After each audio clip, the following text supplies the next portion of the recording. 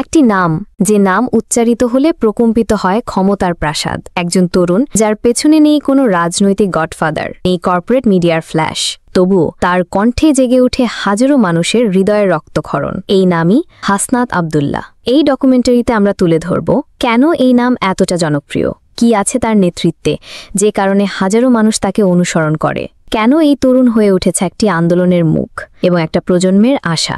হাসনাত আব্দুল্লাহ এক সাহসী নাম, যিনি বৈষম্য বিরোধী আন্দোলনের কেন্দ্রীয় মুখ। বিশ্ববিদ্যালয়ের একজন সাধারণ শিক্ষার্থী হয়েও তিনি অসাধারণ হয়ে উঠেছেন ছাত্র রাজনীতির এক নতুন দিকপাল হিসেবে। এই প্রজন্ম যখন হতাশ, বিভ্রান্ত ও বিভক্ত, তখন হাসনাত যেন এক আলোকবর্তিকা। কোনো দলীয় পরিচয় নয়, কোনো স্বার্থান্বেষী প্রচারণা নয়, শুধু একজন মানুষ যার আদর্শ সবার জন্য সমান সুযোগ, সবার জন্য ন্যায্যতা। 2018 সালের কোটা সংস্কার আন্দোলন ছিল বাংলাদেশের ইতিহাসে অন্যতম প্রভাবশালী ছাত্র আন্দোলন। এই আন্দোলনের মাঝেই উঠে আসে কিছু নতুন মুখ, যাদের মধ্যে হাসনাত আব্দুল্লাহ ছিল সবচেয়ে দৃঢ়, যুক্তিনিষ্ঠ এবং স্পষ্টভাষী। কেন এই আন্দোলনে হাসনাত আলাদা হয়ে উঠলেন? তিনি শুধু দাবি তোলেননি, তার দাবি ছিল যুক্তি নির্ভর। তিনি অন্যদের মতো চিৎকার করেননি, বরং কথা বলেছেন যুক্তি দিয়ে, সাহস দিয়ে। তার নেতৃত্বে আন্দোলন হিংস্র হয়নি, হয়েছে ঐক্যবদ্ধ। হাসনাতের জনপ্রিয়তা শুধু আবেগ বা ভাইরাল হওয়ার মধ্যেই সীমাবদ্ধ নয়, তার ভেতরে আছে একটি স্পষ্ট আদর্শিক কাঠামো। নৈতিকতা অর্থের কাছে নয়, আদর্শের কাছে মাথা নত করে। জনসাধারণের অধিকার,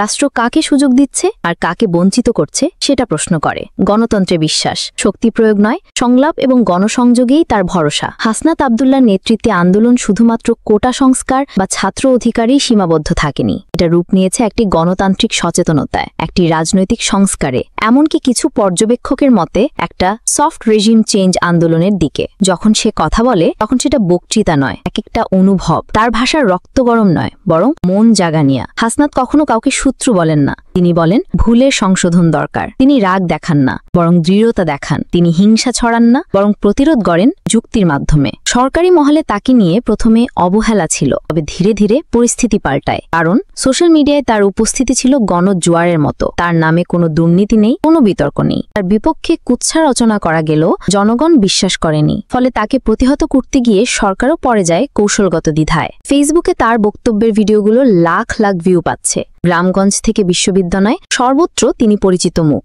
যেখানেই বৈষম্য, সেখানেই মানুষেরা এখন তাকিয়ে থাকে। হাসনাত কিছু বলবে না? তিনি আমাদের মতোই সাধারণ। তিনি আমাদের কষ্ট বোঝেন। তিনি ক্যান্ডি ক্রাশ খেলা নেপা নন, তিনি মাটি স্পর্শ করেন, চোখে চোখ রাখেন। প্রশ্ন উঠছেই, এই হাসনাত কি ভবিষ্যতের রাজনীতির এক নতুন দিগন্ত? সে কি একদিন জাতীয় নেতৃত্বে আসবে, নাকি আবারও ভেঙে পড়বে এই ব্যবস্থার পাথরের নিচে? এটা সময় বলে দেবে। কিন্তু একটা বিষয় স্পষ্ট, এই প্রজন্মের একটা অংশ ইতোমধ্যে সিদ্ধান্ত নিয়ে ফেলেছে, আমরা হাসনাতকেই অনুসরণ করব, কারণ তার মধ্যে আমরা নিজেদের দেখি। হাসনাত আব্দুল্লাহ শুধু একটি নাম নয়, সে একটি আন্দোলনের প্রতীক, একটি আদর্শিক সংগ্রামের প্রতিচ্ছবি। সে প্রমাণ করে দিয়েছে নেতৃত্ব জন্ম নেয় না, তৈরি হয়। আর সেই নেতৃত্ব যদি হয় ন্যায়ের, যুক্তির ও সাহসের, তবে তার বিস্তার থামানো যায় না। এই ছিল হাসনাত আব্দুল্লাহকে নিয়ে আমাদের ডকুমেন্টারি। আপনি যদি এই কণ্ঠের পেছনে দাঁড়াতে চান, তবে নিজেও আওয়াজ তুলুন, কারণ একটি কণ্ঠ হতে পারে লক্ষ কণ্ঠের জাগরণ।